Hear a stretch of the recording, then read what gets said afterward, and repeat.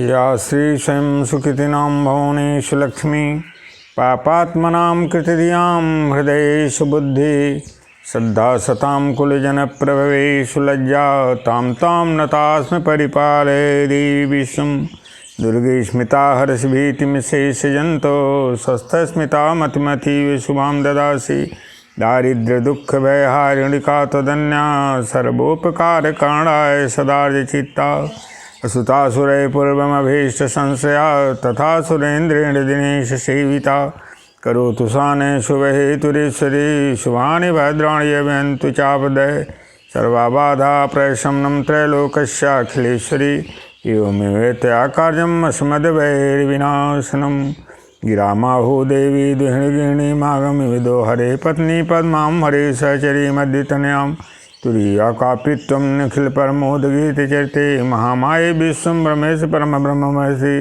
शरणागत दीनार्थ परित्राणे परायणे सर्वस्याति हरे देवी नारायणी नमस्तुते या देवी सर्वभूतेषु शक्तिरूपेण संस्था नमस्तस्यै नमस्तस्यै नमस्तस्यै नमो नमः या देवी सर्वभूतेषु मातृरूपेण संस्था नमस्तस्यै नमस्तस्यै नमस्तस्यै नमो नमः या देवी सर्वभूतेषु विद्यारूपेण संस्था नमस्तस्यै नमस्तस्यै नमस्तस्यै नमो नमः या देवी सर्वभूतेषु ब्रह्ममायेति सविता नमस्तस्यै नमस्तस्यै नमस्तस्यै नमो नमः सर्वरूपे मयि देवी सर्वं देवीमयं जगतोऽहं विश्वरूपां तां नमामि परमेश्वरीं रोगान् शेषान् अभंसि तुष्टारुष्टा तु कामान् सकलान् अभीष्टान् तमाश्रितानां विपन्नराणां तमाश्रितां हास्यतां प्रयान्ति नमो देव्यै महादेव्यै शिवाय सततं नमः प्रकृते भद्राय नियता प्रणतासुतां हेमा कल्याणी कल्याण करो माता पापों से बोझिल उद्धार करो माता जिस जन पे कृपा मात की हो उसको क्या डर है धरातल में भय सारे जग में उदयाचल से अस्ताचल में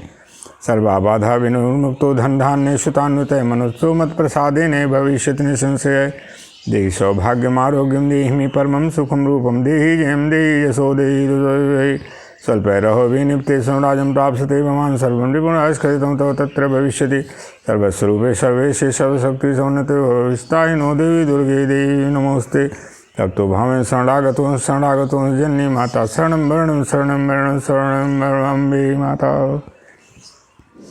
जय माँ जय। आज दिनांक 11/2/2021 कृष्ण पक्ष अमावस्या तिथि के पावन पर्व पर आप लोगों के समक्ष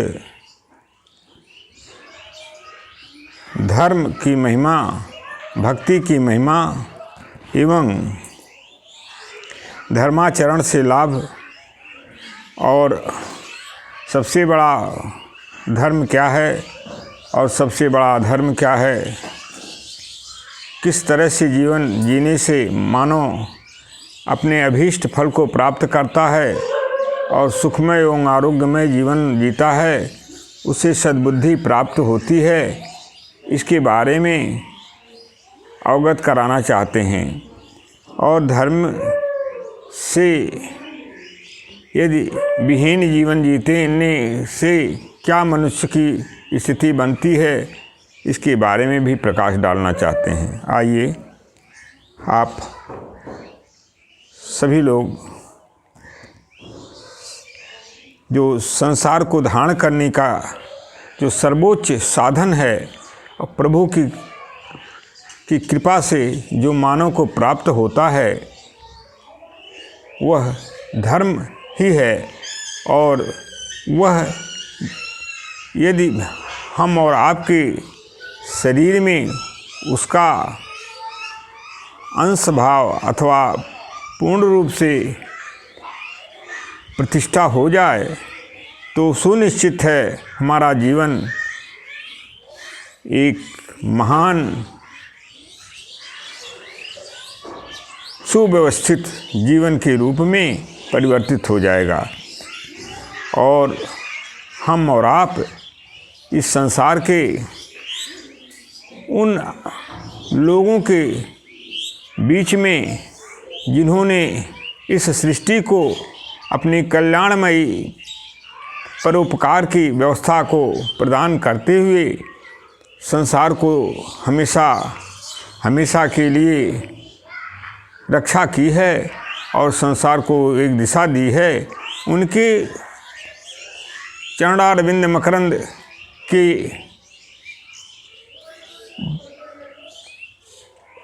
भागी बनने में कोई भी संदेह नहीं रखेंगे। आइए जाने इस संसार में धर्म क्या है, उसके लक्षण क्या हैं और भक्ति क्या है, उसकी लक्षण क्या हैं और उसके बारे में आप लोग, हम लोग, सारे लोग जानते हुए उसे अपने आचरण में ढालते हुए जीवन जीने का प्रयोग करें और जीवन को सार्थक बनाएं। ये तो धर्मस्ततो जय, जहाँ धर्म है वहाँ विजय है। धर्म क्या है? धारयतीत धर्म है, जो अखंड ब्रह्मांड को जिसने धारण कर रखा है वह धर्म है। ये तो अभ्युदय निःशेष सधर्म है, जिससे सदा सदा कल्याण हो और उन्नति का मार्ग सदा सर्वदा प्रशस्त होता रहे, उसे धर्म कहते हैं। ऐसा हमारे वेद भगवान का कथन है। गोस्वामी जी, तुलसीदास जी भी धर्म के बारे में लिखते हैं कि संसार में धर्म सबसे बड़ा है और वह धर्म किसे प्राप्त होता है? जिनके अंदर सत्य का अनुप्रवेश होता है। सत्य यदि नहीं है जीवन में तो धर्म हम और आपसे हमेशा हमेशा के लिए दूर हो जाएगा। इसलिए सत्य ही धर्म का कारण है और यदि धर्म को प्राप्त करना है तो सबसे पहले हमें सत्य से जुड़ना होगा और सत्य की मर्यादा को जानना होगा और उसके द्वारा अपने जीवन को परिवर्तित करने की परम आवश्यकता है। गोस्वामी जी के शब्दों में गोस्वामी जी लिखते हैं संत शिरोमणि श्री रामचरितमानस में कि संसार में सबसे बड़ा धर्म क्या है? सत्य। धर्मेन दूजा सत्य समाना, आगम निगम पुराणे बखाना। धर्मेन दूजा सत्य समाना, आगम निगम पुराणे बखाना। आगम निगम पुराणे बखाना। श्री गोस्वामी जी के शब्दों में धर्म से बढ़कर के इस संसार में कुछ नहीं है और सत्य से बढ़कर कोई धर्म भी नहीं है। यानी यदि धर्म का आचरण चाहते हैं, धर्माचरण चाहते हैं, तो हमें सत्य के मार्ग पे चलना पड़ेगा, सत्य का सेवन करना पड़ेगा, सत्य से जुड़ना पड़ेगा, क्योंकि सत्य से बढ़कर कोई धर्म नहीं है। ऐसा गोस्वामी जी के उद्गार हैं श्री रामचरितमानस में। आ गए में नी गए में पुराने बखाना। वेद, पुराण, उपनिषद सारे लोग का यह कथन है कि धर्म, सबसे बड़ा धर्म संसार में सत्य ही है। इसलिए यदि धर्म को धारण करना है तो सत्य का अवलंबन परमावश्यक है। आइए धर्म से क्या लाभ होता है जानें। धर्मीणे हन्यते व्याधिर्धर्मीणे हन्यते ग्रह। धर्मेण हन्यते शत्रुर्यतो धर्मस्ततो जयः। धर्मेण हन्यते व्याधिर, धर्म के द्वारा रोग समूहों का विनाश हो जाता है। इस शरीर को व्यथित और शरीर को अवसान की ओर ले जाने में सबसे ज़्यादा रोग समूहों की स्थिति बनती है। यदि रोग न हो तो शरीर हमेशा हमेशा के लिए अपने गंतव्य तक अर्थात अपने इच्छित लक्ष्य को प्राप्त करने में किसी प्रकार का अवरोध इसमें नहीं आता है। किंतु रोग यदि शरीर के साथ जुड़ जाएं तो इसकी गति बाधित हो जाती है, इसकी क्रियाएं बाधित हो जाती हैं और मनुष्य का लक्ष्य उससे दूर हो जाता है और वह असमय में काल कवलित हो जाता है। इसलिए शरीर का सबसे बड़ा शत्रु रोग है और उस रोग समूहों के शत्रु को धर्म पूर्ण रूप से विनाश कर देता है, ऐसा लिखा गया श्री महाभारत में। और उसकी रचना भी श्री भगवान विष्णु के अवतार भगवान वेदव्यास जी ने की है। धर्मेण हन्यते व्याधिर धर्मेण हन्यते ग्रह।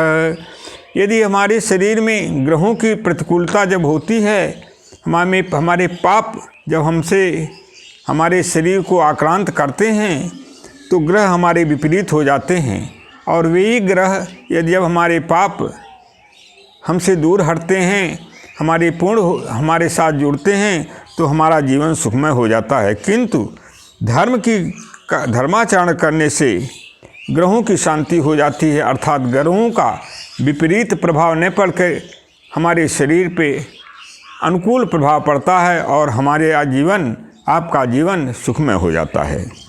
धर्मेण हन्यते शत्रुर, और धर्म के द्वारा शत्रुओं का विनाश हो जाता है। शत्रु दो तरह के होते हैं। एक बाह्य शत्रु जो हमारे दैनिक जीवन में बाहर से हमारे प्रति दुर्भावनाग्रस्त होकर के हमें आपको सारे लोगों को परेशान करते हैं, हमारे इच्छित लक्ष्य की प्राप्ति में बाधक होते हैं। वे शत्रु भी धर्म की दया से, धर्म की कृपा से, धर्म भगवान की कृपा से और धर्माचरण से नष्ट हो जाते हैं। धर्मेण हन्यतो शत्रुर, और इसके बाद हमारे अंतः शत्रु भी हैं, शरीर के अंदर जो हमेशा निवास करते हैं। वे शत्रु भी धर्म के आचरण से, धर्म को धारण करने से विनष्ट हो जाते हैं। कौन आंतरिक शत्रु हैं? उन्हें हम धर्म से कैसे दूर करते हैं, इसमें धर्म का सबसे बड़ा महत्व है।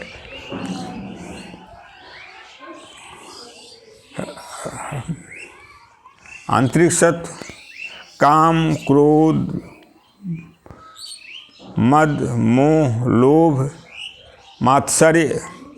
काम, क्रोध, मद, मोह, लोभ, मात्सर्य ये हमारे अंतः शत्रु हैं और इनका धर्माचरण से पूर्ण रूप से विनाश हो जाता है और हमारा जीवन, आपका जीवन सुखमय हो जाता है। इस धर्म के आचरण और धर्म को धारण करने के लाभ हैं। ऐसा महाभारत में श्री वेदव्यास जी ने लिखा है।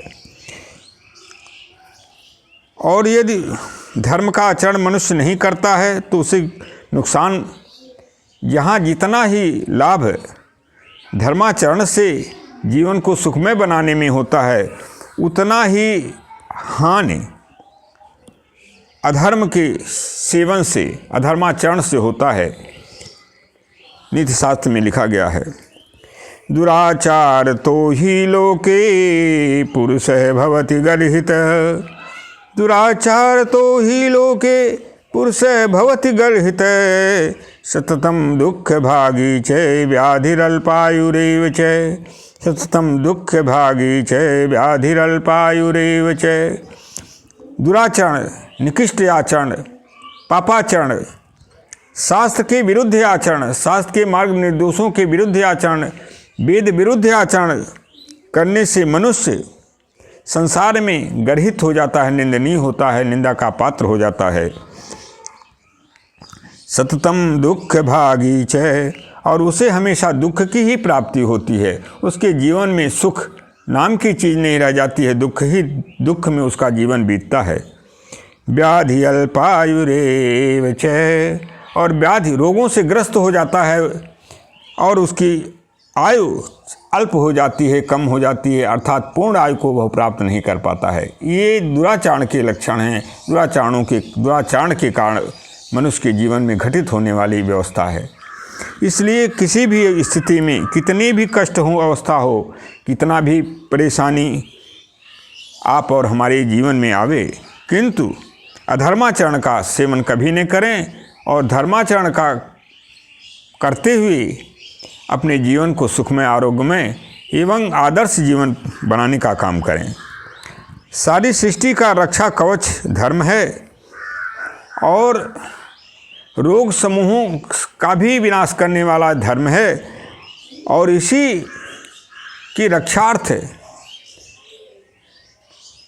श्री वेदव्यास जी ने अथर्ववेद के अंतर के उपांग के में आयुर्वेद की संरचना की, जिससे समस्त रोग समूहों को नष्ट किया जा सके और मनुष्य रोग रहित आरोग्यमय जीवन प्राप्त कर सके। इसलिए सारी सृष्टि की रक्षा कवच धर्म एवं आयुर्वेद है।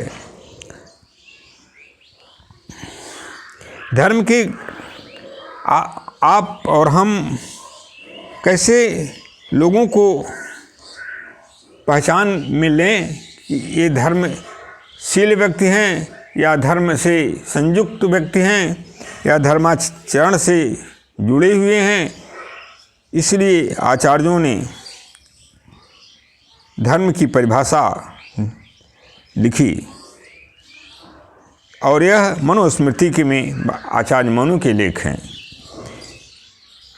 धृति क्षमा दमोस्तेयम शौचम इंद्रिय निग्रह धी विद्या सत्यम क्रोधो दशमम धर्म लक्षणम। धृति क्षमा दमोस्तेयम शौचम इंद्रिय निग्रह धी विद्या सत्यम क्रोधो दशमम धर्म लक्षणम। धृति धैर्य धारण करना, दूसरों के द्वारा किए गए अपकार अथवा विद्वेष भावना से दिए गए कष्ट और किए गए कष्ट के विषय से अपने को उद्वेलित न करते हुए उन्हें क्षमा प्रदान कर देना। इंद्रियों को अपने वशीभूत करना, इंद्रिय निग्रह करना, इंद्रियों को शिक्षाचारी बनने से रोकना और उनको आत्म नियंत्रण में रखने की व्यवस्था को दम कहते हैं। अस्तेयम किसी के धन को बिना उसके अनुमति के ग्रहण करना अथवा पापाचरण में लिप्त होना, इसे अस्तेय की संज्ञा दी गई है। शौचम पवित्रता, आंतरिक शुद्धि और बाह्य शुद्धि।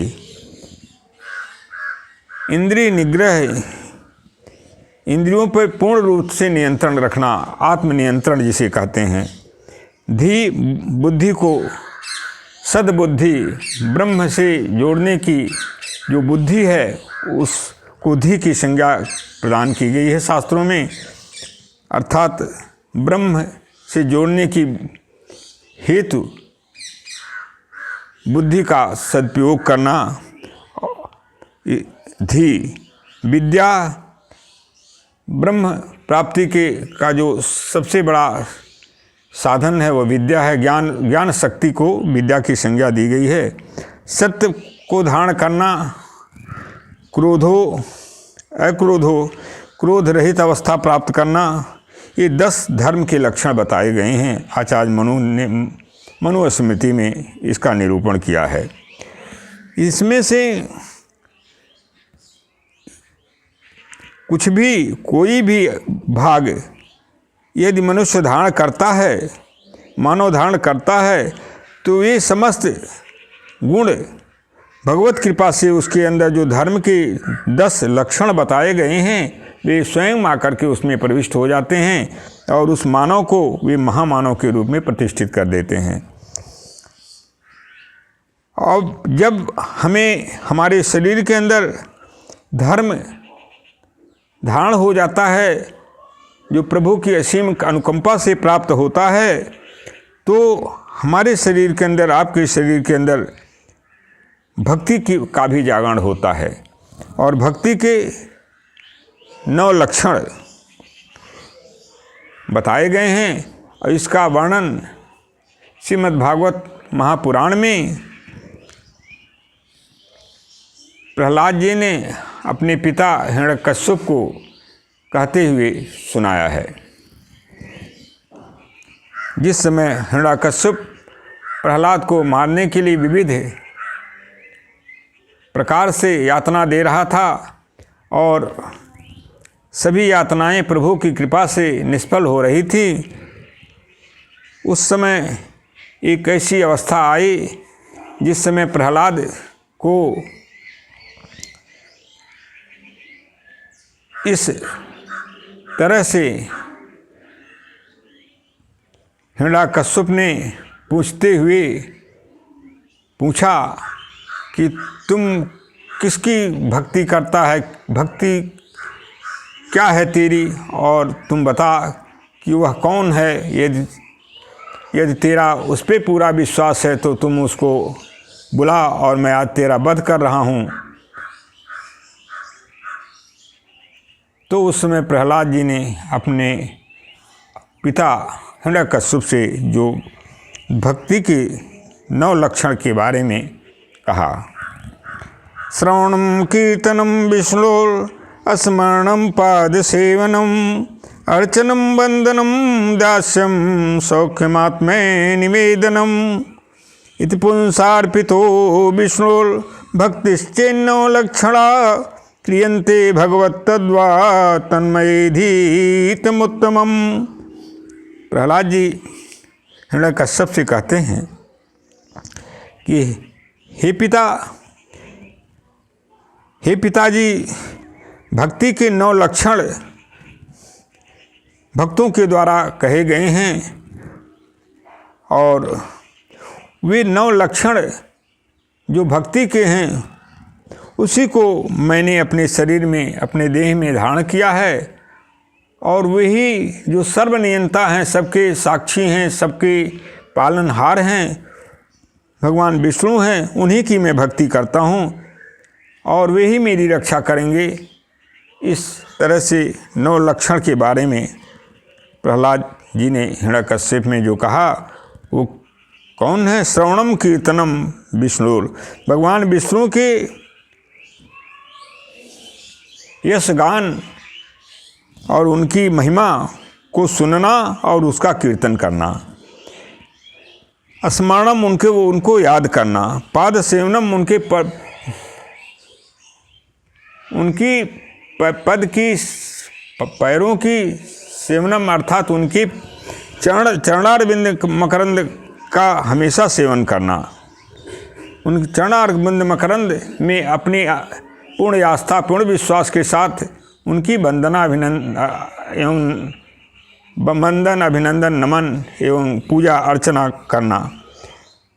अर्चनम उनकी अर्चना करना, वंदनम उनका वंदन करना, दास्य भाव से, सख्य भाव से अपने को भगवान विष्णु में समर्पित करना, चरण सेवा में नियोजित करना। इति पुरुषार्पितो विष्णुर भक्तिश्चेन्नो लक्षणा, ऐसा महापुरुषों के द्वारा भगवान विष्णु के 9 लक्षण भक्ति के बताए गए हैं। क्रियन्ते भगवत तद्वा, वे भक्तों के द्वारा हमेशा किए जाते हैं। तन्मय धीतमुत्तमम, उसी भक्ति को मैंने अपने अंदर धारण किया है और वे ही भगवान विष्णु हमारे सबसे बड़े रक्षा हैं, कवच हैं। इस तरह से भक्ति के 9 लक्षण, यदि भक्ति के 9 लक्षणों में से जुड़ता हुआ मानव कोई भी लक्षण अधिक से अधिक, कम से कम जितने भी संभव हों, यदि मनुष्य के अंदर जुड़ जाते हैं तो भगवान परमेश्वर पुंडरीकाक्ष प्रसन्न होकर के उन अपने भक्तों की रक्षा करते हैं और यहाँ तक कि वे हमेशा हमेशा के लिए उनके आत्मस्थ हो जाते हैं, आत्मा में वास कर जाते हैं, मन में वास कर जाते हैं और वह जीव हमेशा हमेशा के लिए पवित्र हो जाता है और प्रभु के धाम का अधिकारी हो जाता है। भगवान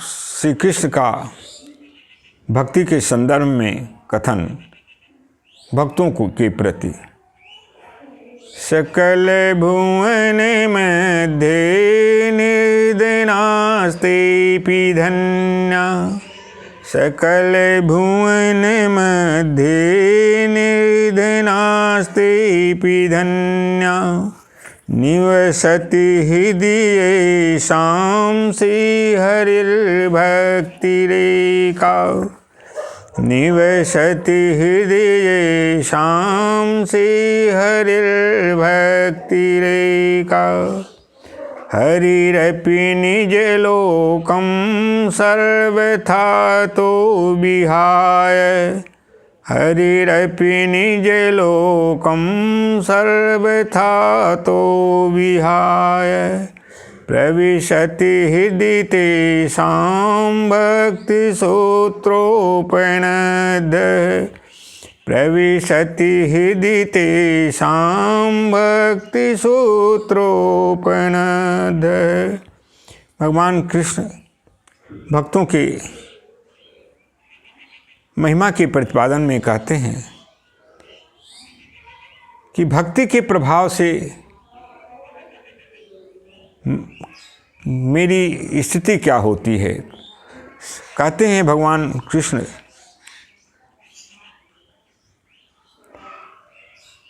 सकल भुवन मध्ये निर्धनास्तेऽपि धन्या, सारे संसार के बीच में वे निर्धन पुरुष, वे निर्धन लोग भी धन्य हैं। कौन से निर्धन लोग धन्य हैं? निवसति हृदयेषां श्रीहरिर्भक्तिरेका, जिनके हृदय में हरि की भक्ति, मेरी भक्ति जिनके अंदर प्रविष्ट हो जाती है, एकमात्र मेरी भक्ति जिनके अंदर प्रविष्ट हो जाती है, वे संसार में निर्धन से निर्धन लोग भी धन्य हैं, महान हैं, आदर्श हैं, पूजनीय हैं। हरिर, क्योंकि भगवान कहते हैं हरिरपि निजलोकं सर्वथा तो विहाय, भगवान भी अपने लोक को भगवान हरि नाम से जाने जाने वाले भगवान निज लोक को हमेशा हमेशा के लिए छोड़कर प्रविशति हृदि तेषां भक्तिसूत्रोपनिषदः, उनके हृदय में भक्त की डोरी में बंध करके हमेशा हमेशा के लिए वास कर जाते हैं। ये भक्ति की महिमा है और यह भक्ति प्रभु की कृपा से यदि इन्हें प्राप्त हो जाए, वे संसार में धन्य हैं, वे जीव धन्य हैं, वे मानव, और वे संसार उनकी दर्शन स्पर्शन से धन्य हो जाता है, पवित्र हो जाता है। आगे लिखते हैं, स्कंद पुराण में इसका लेख आता है, मदभक्ता यत्र गायन्ति मदभक्ता यत्र तिष्ठन्ति पादं प्रक्षालयन्ति च तच्छित्रं सुमहातीर्थं सुपवित्रं भवेत् ध्रुवम्, मद्भक्ता यत्र तिष्ठन्ति पादं प्रक्षालयन्ति च तच्छित्रं सुमहातीर्थं सुपवित्रं भवेत् ध्रुवम्। मेरे भक्त जहाँ रहते हैं, जहाँ निवास करते हैं, पादम प्रक्षालयन्ति च, और जहाँ अपने पैरों को धोते हैं, तत्क्षेत्रम सुमहातीर्थम सुपवित्रम भवेद् ध्रुवम्, वह क्षेत्र, वह स्थान महापवित्र हो जाता है, अत्यंत पवित्र हो जाता है। तत्क्षेत्रम, और वह तत्क्षेत्रम सुमहातीर्थम, वह क्षेत्र बहुत बड़ा तीर्थ के रूप में हो जाता है। तीर्थ के रूप में वह क्षेत्र प्रतिष्ठित हो जाता है जहाँ मेरे भक्तगण रहते हैं और जहाँ मेरे भक्तगण अपने पैर को धोते हैं। ऐसा भगवान के श्री मुख के उद्गार हैं। इसलिए भक्ति और धर्म इस संसार में दो ऐसी अमूल्य निधियां हैं जिनके बिना मानव पशुतुल्य जीवन जीता है, और मरने के बाद और इस संसार में भी वह दुख ही दुख भोगते हुए अंतकाल में नरकगामी हो जाता है। प्रभु के कृपा से विच्युत होने का यह परिणाम है। भगवान की कृपा, भगवान की अनुग्रह प्राप्ति हेतु अनेकों साधन बताए गए हैं। उन साधनों में यदि हम भगवत के नाम का ही आश्रय ले लें, रूप का आश्रय ले लें, लीला का आश्रय ले लें, धाम का आश्रय ले लें, किसी एक को पकड़ लें तो सारे चारों पकड़ में आ जाते हैं, और जीवन यह जो लेने का जो सार्थक प्रयोजन है वह सफल हो जाता है। इसीलिए लिखा गया है, रामस्य नाम रूपम च लीलाधाम परात्परम एतच्चतुष्टयं प्रोक्तम सच्चिदानंद विग्रहम। राम का नाम, रूप, लीला, धाम, ये चार विग्रह हैं, और ये भगवान के चारों विग्रह मानव कल्याण के सर्वश्रेष्ठ साधन हैं। उसमें भगवान के एक का भी यदि आश्रय मनुष्य लेता है, जीव लेता है, तो वह पूर्ण रूप से भगवान के कृपा का अधिकारी हो जाता है और प्रभु के धाम का अधिकारी बन जाता है। इसलिए हमेशा हमें और आपको धर्म से जुड़ने की आवश्यकता है। भक्ति, प्रभु की भक्ति को अपने अंदर धारण करने की आवश्यकता है, और उसको प्रभु से जोड़ने का निमित्त मानकर हमेशा हमेशा के लिए उसका आश्रय लेने की ज़रूरत है, आवश्यकता है। आइए माँ गायत्री, जो सद्बुद्धि और सद विवेक और सद प्रेरणा देने के लिए हमेशा उत्सुक रहती हैं, और जो उनको ध्यान से, प्रेम से वंदन, अभिनंदन, नमन करता है, उसको निस्संदेह अपनी भक्ति प्रदान करके उसको सद्बुद्धि, सद्विवेक, सद्प्रेरणा प्रदान करते हुए सद्मार्ग में प्रवृत्त करते हैं, उनका वंदन करें। सच्चिदानंद रूपां तां गायत्रीं प्रतिपादितां नमामि ह्रीं देवीं धियो यो नः प्रचोदयात्। इसलिए जैसे भी आप अपना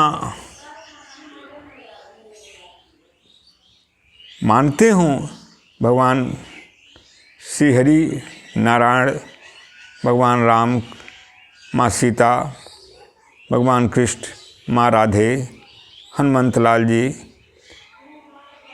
गणेश जी, भगवान शिव, माँ पार्वती जी को, किसी भी को भी यदि आप अपना मानते हो तो उन्हें इष्टदेव के रूप में प्रतिष्ठित करके उनकी आराधना, उपासना पूर्ण रूप से करते हुए जीवन को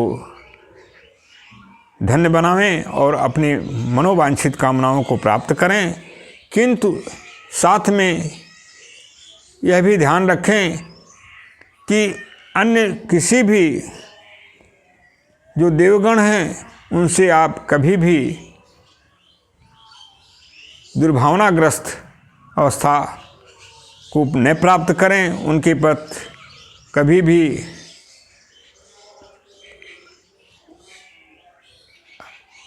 दुर्बुद्धि का प्रयोग न करें, उनकी महिमा में किसी भी प्रकार का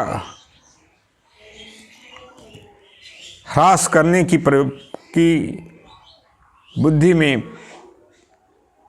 प्रयोग करके अपने को निकृष्ट न बनावें, क्योंकि सारे देवगण पूजनीय हैं, किंतु जिन्हें भी आप इष्ट अपना मानते हैं उनको अपना संपूर्ण आस्था और विश्वास का प्रयोग करते हुए, संपूर्ण रूप से मानते हुए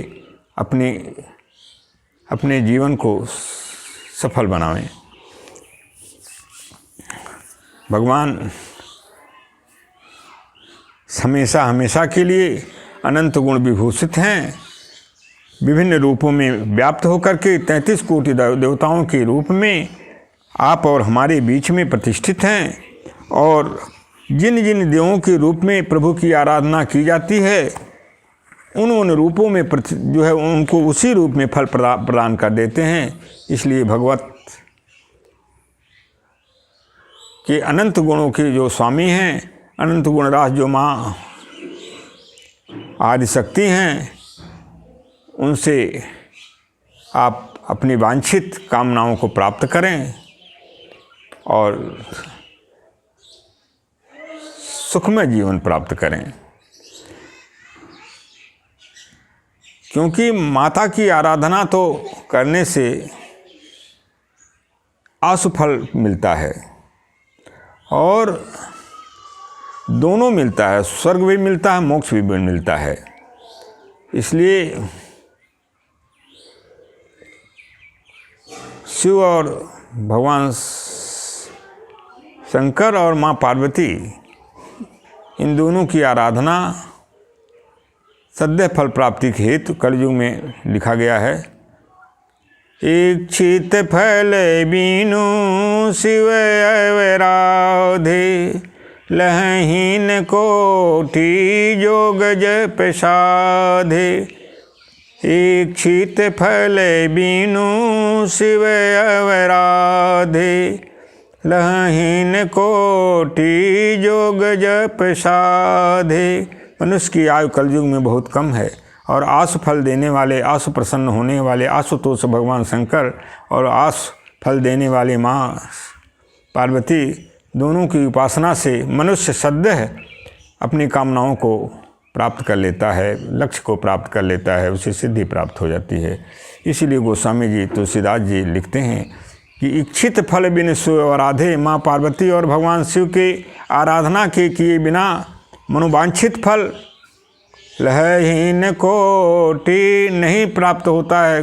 कोटि जोग जप साधे, योग और तपस्या कितना भी करोड़ों किया जाए, किंतु यदि भगवान शिव और माँ पार्वती की कृपा दृष्टि उनकी नहीं प्राप्त होती है, आराधना से उन्हें प्रसन्न हम नहीं कर पाते हैं, तो हमें वांछित फल प्राप्त नहीं होता है। हमारी आराधना और उपासना पूर्ण रूप से सफल नहीं हो पाती है। इसलिए और माता तो ममतामयी आदिशक्ति जगदम्बा माँ पार्वती हैं, उनकी तो दया दृष्टि का कोई पार ही नहीं पाया जा सकता है। वो कितनी दयालु हैं, सद्य भक्तों पे कृपा की अविरल वर्षा करके उन्हें जीवन मुक्त अवस्था तक प्रदान कर देती हैं, मरने के बाद मोक्ष दे देती हैं। स्वर्ग तो अल्प भोग के लिए है, क्षीणे पुण्य मृतलोके विशंति, पुण्य की क्षीण होने के बाद पुनः मृतलोक में लोग जा जाते हैं, किंतु माँ की कृपा से स्वर्ग और मोक्ष, भोग और मोक्ष सब कुछ प्राप्त हो जाता है। इसलिए माँ भगवती की आराधना, भगवान शिव की आराधना, माँ पार्वती की आराधना, भगवान कृष्ण की आराधना, माँ राधे की आराधना, भगवान राम की आराधना, माँ सीता की आराधना, किसी भी तरह से आप जिनमें भी आपकी भक्ति का जागरण हो रहा है, उसी में नियोजित करते हुए अपने जीवन को सफल बनावें। क्योंकि तीनों देव तीन गुणों में विभक्त, एक ही शक्ति तीन रूपों में विभक्त होकर के सृष्टि का सब कुछ संचालन करती है, उसी जिन्हें हम ब्रह्म कहते हैं। रजोजुषे जनमनि सत्ववृत्ते स्थितो प्रजानां प्रलये तमस्पृशे अजाय सर्गस्थितिनाश हेतवे त्रयीमयाया त्रिगुणात्मने नमः। रजोजुषे जनमनि सत्ववृत्ते स्थितो प्रजानां प्रलये तमस्पृशे अजाय सर्गे स्थितिनाश हेतवे त्रयीमयाया त्रिगुणात्मने नमः। रजोजुषे जन्मनि, रजोगुण के द्वारा जन्म देने वाले, सत्ववृत्ते सतोगुण के द्वारा प्रजा का पालन करने वाले, तमोगुण के द्वारा सृष्टि का विनाश करने वाले भगवान ब्रह्मा के रूप में रजोजुषे जनमनि सत्ववृत्ते स्थितो प्रजानां प्रलये तमस्पृशे अजाय सर्ग स्थितिनाश हेतवे। ब्रह्मा, विष्णु और शिव तीनों रूपों में विभक्त होकर के इस समस्त ब्रह्मांड का संचालन करने वाले परमपिता परमेश्वर को त्रिगुणात्मने में तीनों गुणों से जो समाहित हैं उन्हें मैं प्रणाम करता हूँ, और वे अखिल सृष्टि अखिल ब्रह्मांड की त्रैलोक की रक्षा करते हुए त्रैलोक का कल्याण करें।